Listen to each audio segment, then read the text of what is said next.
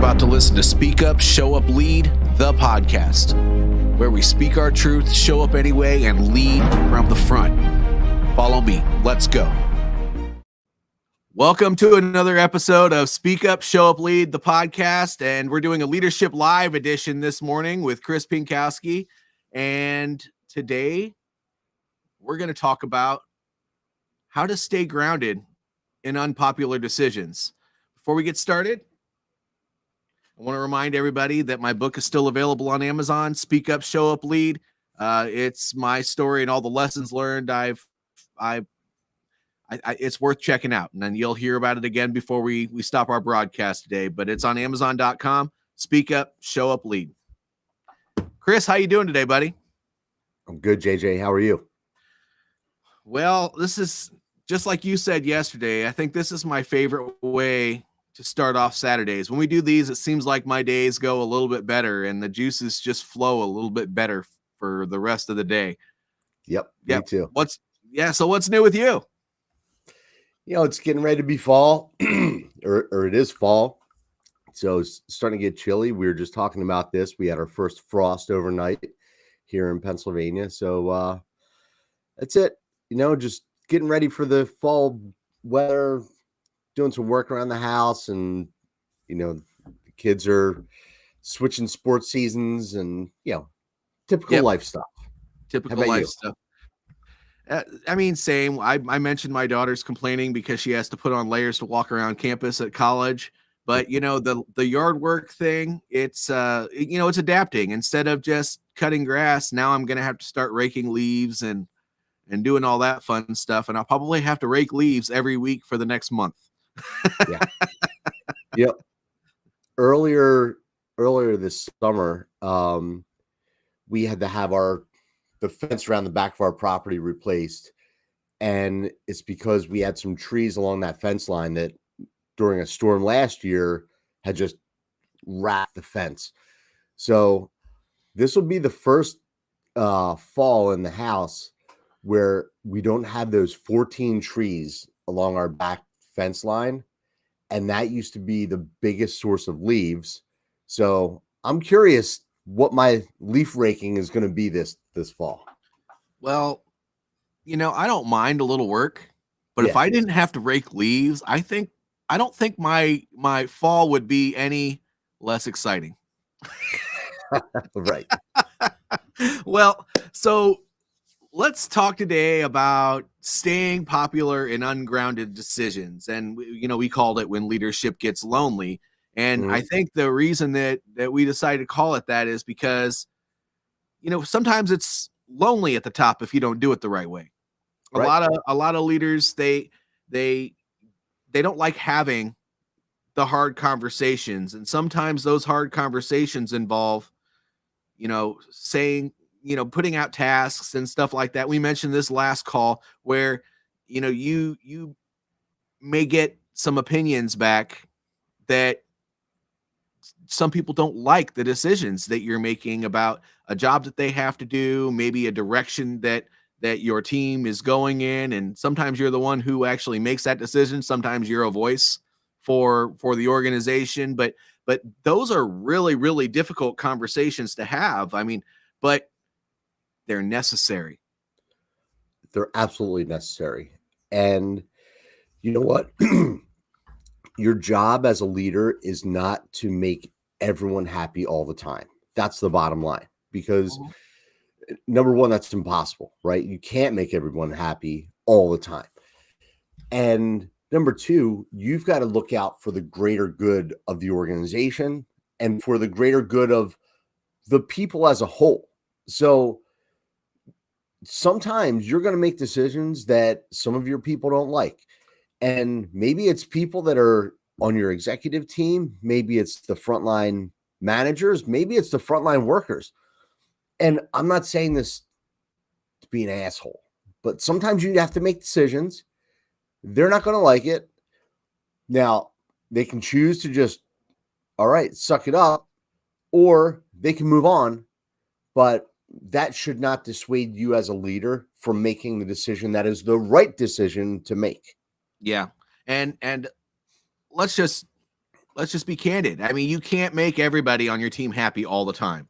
No. There are going to be times where people get upset about decisions that you have to make, and sometimes that greater good may not seem like the greater good until you've gotten over a few humps.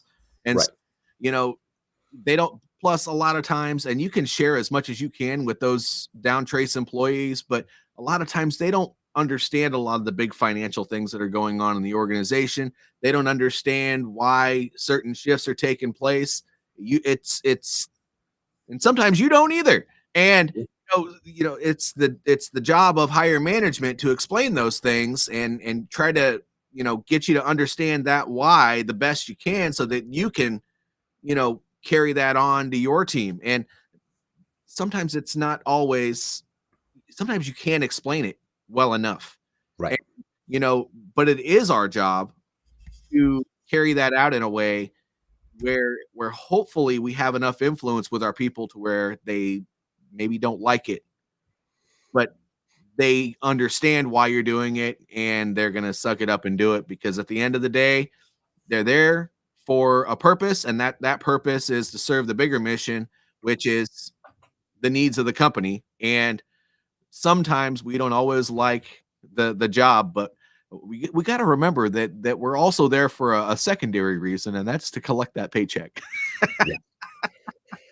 You know, here's the other thing too, is that you've got to be able to explain. This is weird territory. You do have to be able to explain to your people why you're making certain decisions. And if they don't like the decisions, right, you explain to them to the best of your ability, right? Because yeah, maybe there are something that's bound by confidentiality. Maybe there are other reasons that you're doing something that you can't fully explain. So you've got to try your best to get a message across about the thing that you're asking someone to do that they don't want to do, but they have to do it. And that does come back to that foundation of trust, right? When you've built that foundation with your people and they trust you and they're like, you know what, JJ hasn't steered us wrong. And I'm going to sit back and think, like, I really don't like this decision that he just made, but I've got to give it to the guy because he doesn't put us in harm's way. He thinks about us when he makes these decisions. I don't have all the information that he has in order to make it. So I'm going to roll with it. That's the picture of an ideal employee, right? An ideal employee that the leader has made a relationship. Right. Not everyone. And chances are 50% or more of kind of the lower, frontline employees are just going to be calling you an idiot behind your back, maybe even to your face, for a decision that you make that they don't like. Well, and there's a dichotomy to this, right? Because we do want our people to a certain extent like us, but trust us, and we have to have that balance at work. And leadership isn't always about being liked. Sometimes that unpopular decision is not an easy one to make. And for those people who have those deep-seated issues where they kind of feel like they don't want to upset the balance or upset people, you got to figure out a way to balance that out. Because at the end of the day, if you try to people please, which we've had long conversations about that, but let's make that in the form of when you have to make those unpopular decisions, then it's going to be even harder for you to have that conversation. And, if you need backup, it doesn't really help your case as developing trust as a leader. But sometimes to have that conversation, you got to rely on other people. And if you need to get your boss or maybe a peer to be a part of that, as a young manager, because we speak to all levels here. I'm not speaking to somebody who's had many management jobs and maybe they're a director now, but sometimes those young leaders who have a really difficult time with this, because it's not easy, right? You might need a little backup. And it either have those conversations to get you ready for it, or bring somebody over there. Sometimes just having somebody standing at your left shoulder is just enough to give you the courage to have that conversation with your team and push you forward to that next step. And next time it might be a little bit easier and you won't need that backup and you can do it by yourself.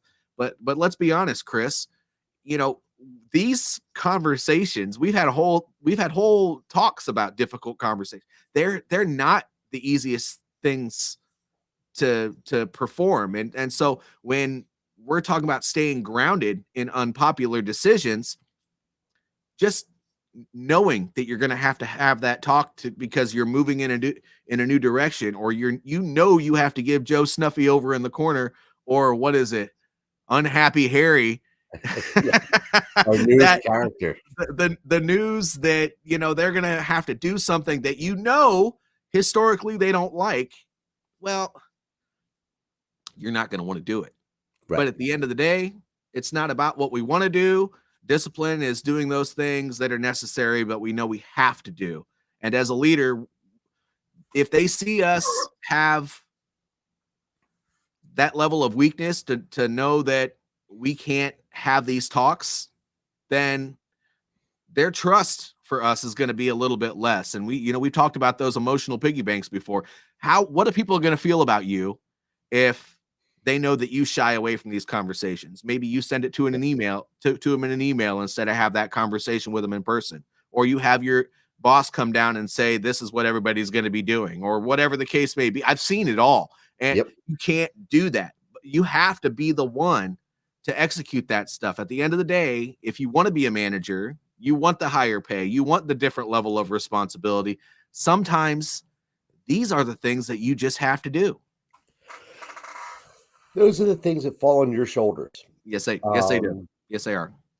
And, one of the traps that I have seen, especially younger leaders, less experienced, let's say, leaders, and even some that are more experienced, and that's when you see like how a team really doesn't respect their leader when they try to build a consensus around the decision that needs to be made because they're afraid to have that tough conversation. So it's like, hey, I'm going to gather the team and I'm going to get feedback from Joe, Bob, Mary, and whoever else, and I'm going to try to use all of their feedback and collectively come up with a decision. You know what? That doesn't work. You can't lead by voting with the team in certain cases, right? In some cases you can. Hey, the perfect case where that works is we're ordering lunch in. What does everyone want? Okay, pass around a menu, pick out what you want, and we're ordering lunch. But if it's bigger stakes, I think that a lot of managers and even some directors use that team in their mind. They're thinking that they're using them kind of as like advisors. Hey, I'm throwing out a scenario to you. I'm asking you for input so that I can make a decision. And number one, you're the people on the ground. So there are times that you have to solicit input from your team because you need to understand the impact on the ground. Okay, that's great. But that can't be the only information that you use for making a decision. I think that some leaders use it and they're like, well, you know what? That's like my advisors, and I'm going to make a decision that makes them happy. Maybe it sacrifices something. That's absolutely wrong.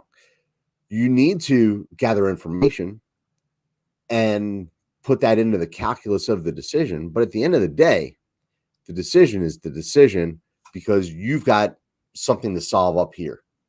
And you have to be comfortable being the bad guy sometimes. I think that's just the way to put it. Yep. Well, even if you have that team of advisors and you use them as a form of consensus, or you put things to vote within that board of advisors, or you guys come to a decision together, at the end of the day, there's still going to be somebody on your team that's not happy. There's never going to be a time where you just please everyone. And so, Yeah.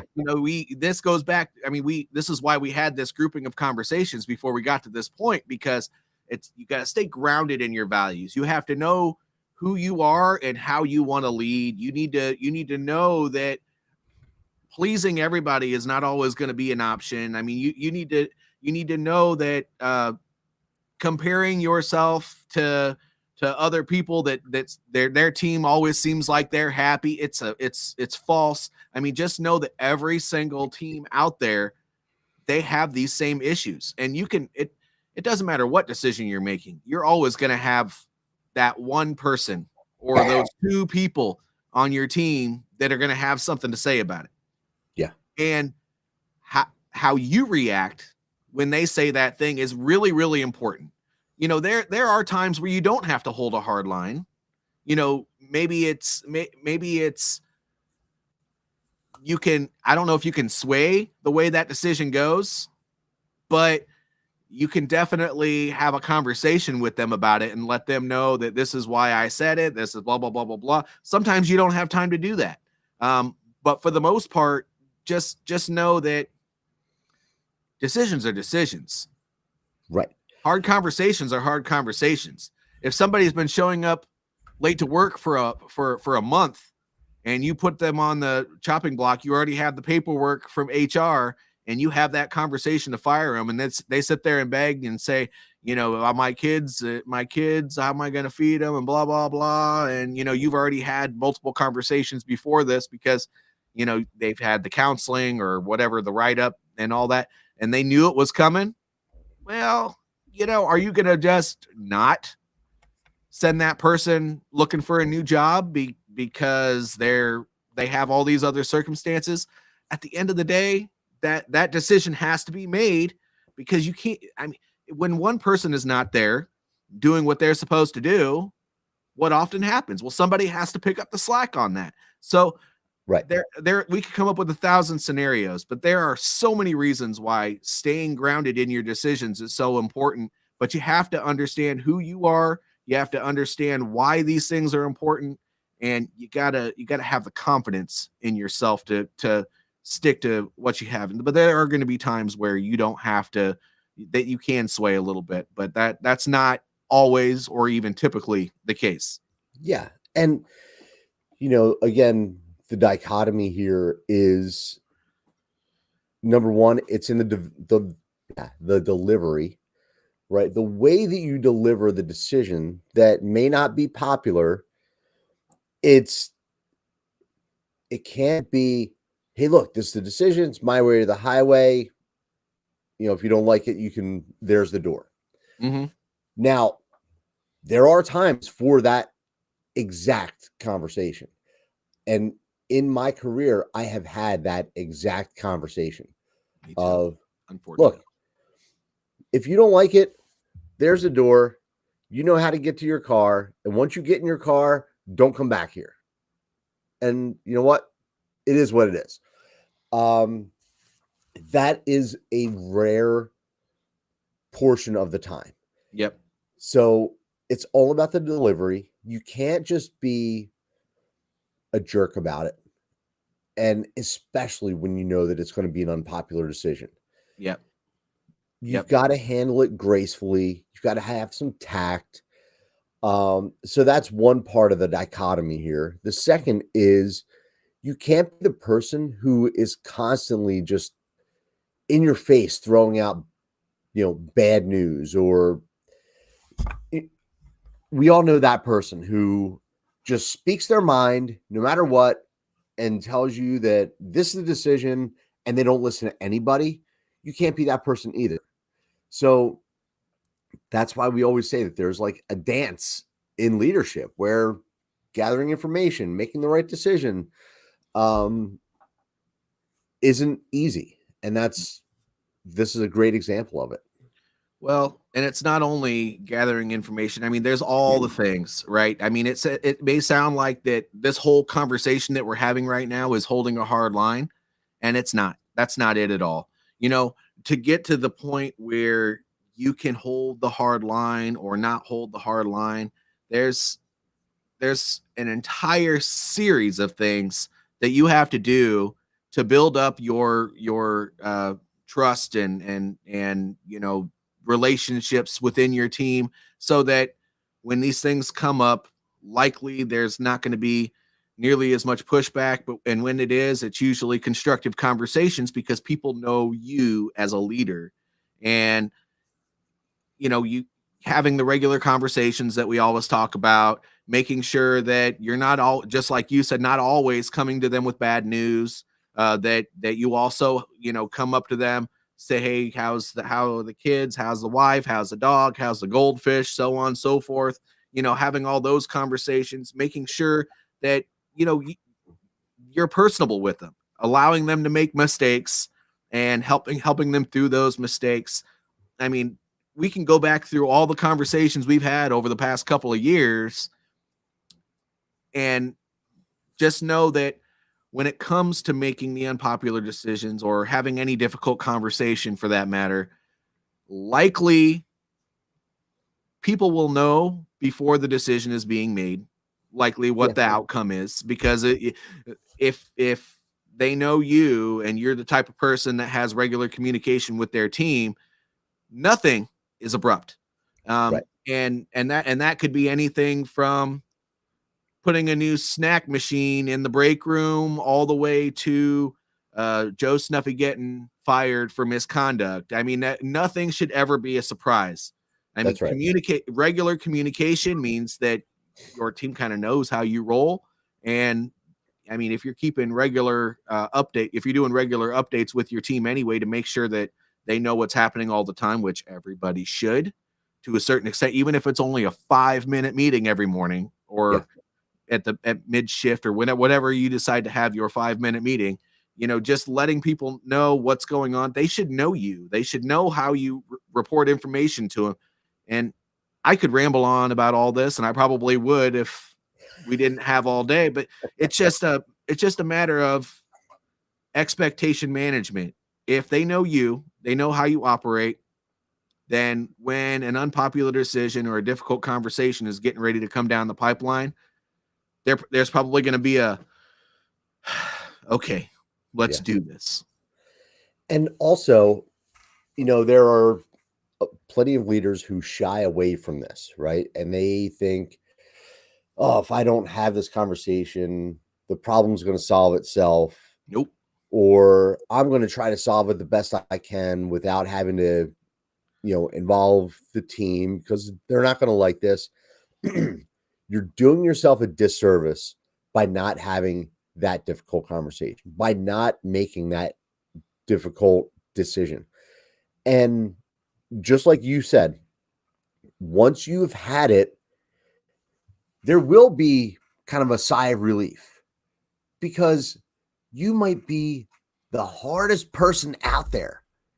It's still not easy to have difficult conversations and make these difficult decisions.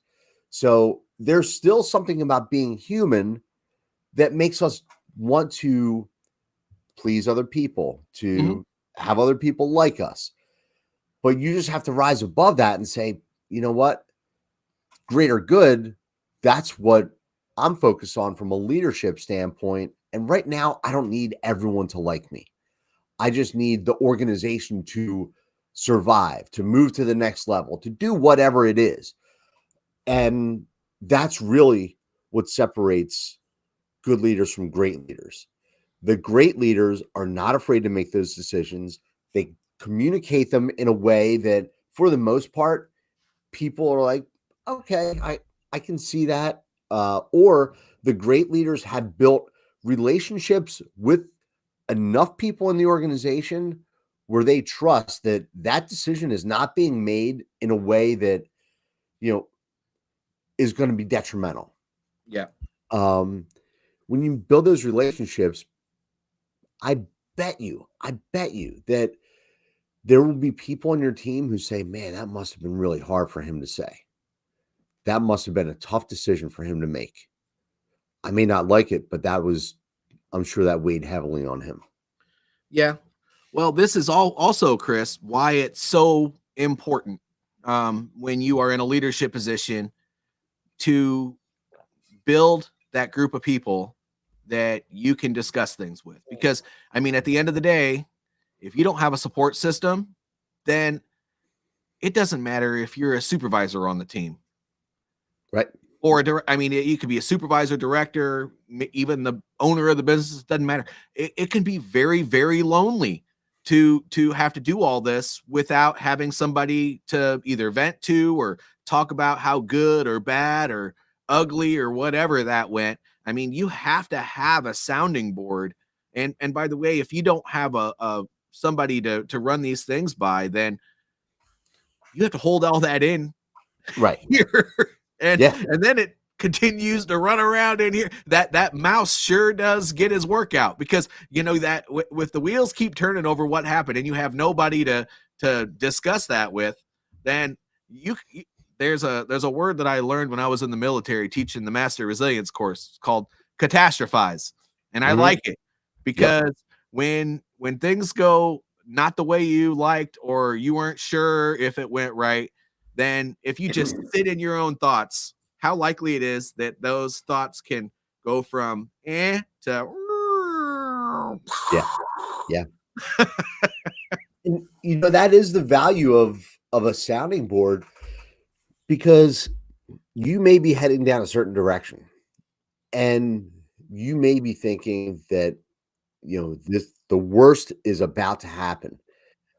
You just get that different perspective from somebody who's like, "Well, hey, have you thought about this?"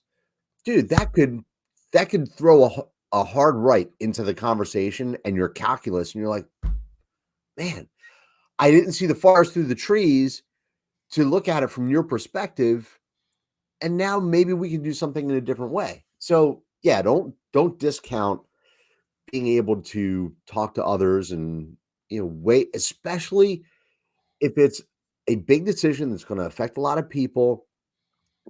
There's value in getting feedback from folks so that, you know, number one, they're read in. So your kind of top team is read in and they're like, all right, there's something going on here. Um, so they're kind of bracing themselves to be able to start delivering news to their people. But getting their perspective could help come up with a different solution. Oh yeah. If it doesn't, it doesn't. And you still need to make the tough decision and have the tough conversation. But if it does, then crisis averted and you get to do something a little differently. True. Well, and I know we've talked about this too, but you know, the whole value of making the decision versus not making the decision, there's definitely a cost, right? And you know, when you don't have the conversation or you don't make the decision and verbalize that to the team, I mean, what are the second and third order effects of that? I mean, it Yeah. may not, it's sometimes it's a physical cost, sometimes it costs you trust, or sometimes it costs you, it's which is worse than trust, it costs you the entire idea that your team won't take you seriously. Right. So I mean, that's worse than trust, by the way, because if you haven't even established trust with your team yet, and then you start being that guy that can't hold the line or can't make a decision, well, you're not even going to have the opportunity for a very long time, because if your team's not going to be able to, if your team's not going to be able to take you seriously from the get-go, well, then they have to learn to be able to take you seriously before they can even trust you. So there's definitely a cost to not making decisions or having conversations. And sometimes that can be that tipping point to being able to have it. I mean, if you're like, oh man, this is gonna be really hard, blah, blah, blah, all the dumb shit you say in your head before you have that conversation or make that decision. Sometimes thinking about the cost of not making the decision or having the conversation is just enough for you to go, oh, well, damn. Yeah. Yeah. Mhm. We don't do that. Then, yep. I just need to go get this stupid conversation over with. That's right. Yep. Got to pull off the Band-Aid. It rip. Oh, yeah. And you know what? Ripping that band aid off can hurt, but at the end of the day, it'll hurt a lot less than if you just sit there and stew over it. Right. The pain's temporary. Yep. It is. So we're at that point in the conversation, Chris. What are your final thoughts about making unpopular decisions? my final thought is that you can't be afraid of it. You can't run from your unpopular decision because not everyone's going to like it. Because the truth is, you're never going to get 100% buy-in on something that is difficult. You've got to think about the greater good of the organization, of your team as a whole, and then make that decision and have that conversation. The longer you wait, potentially the worse the situation could become. So just suck it up and have the conversation and make the decision. Yes, agreed. And I'll do the woo-woo part of that. If you're new and this is an idea that you struggle with, that's okay. We all struggle with this type of thing at one point or another. Holding a hard line or, having a tough conversation where you don't know what the outcome is going to be before you even make the decision. Those are all things that at the end of the day, we've all struggled with at the beginning of our leadership journey. And being nervous about it means you care.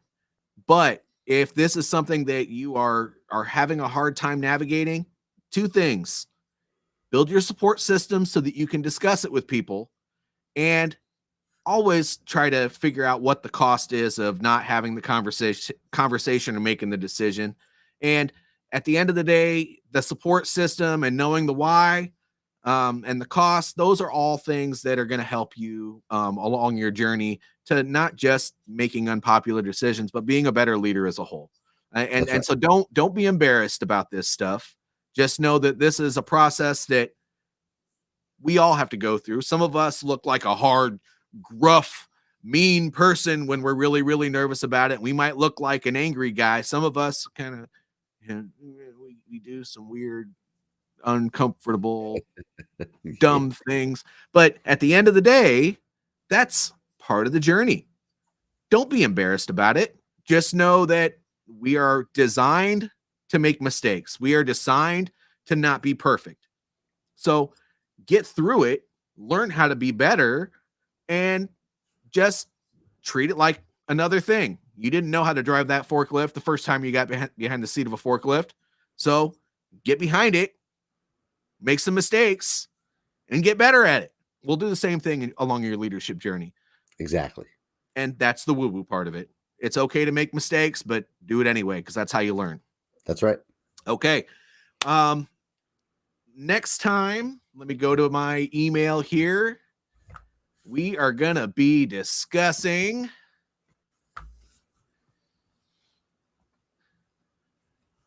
leading through conflict without selling out. It's a nice tie-on to this conversation. It is. It's about integrity, right? So if that's something that interests you, in 2 weeks, which will be that's my birthday. You better show up to the next conversation because I'm going to be taking the time to talk with you guys and Chris on my birthday, November 8th. We're going to be talking about a little bit.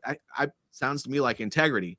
Yeah. So it's leading through conflict without selling out. And thank you all for joining in today.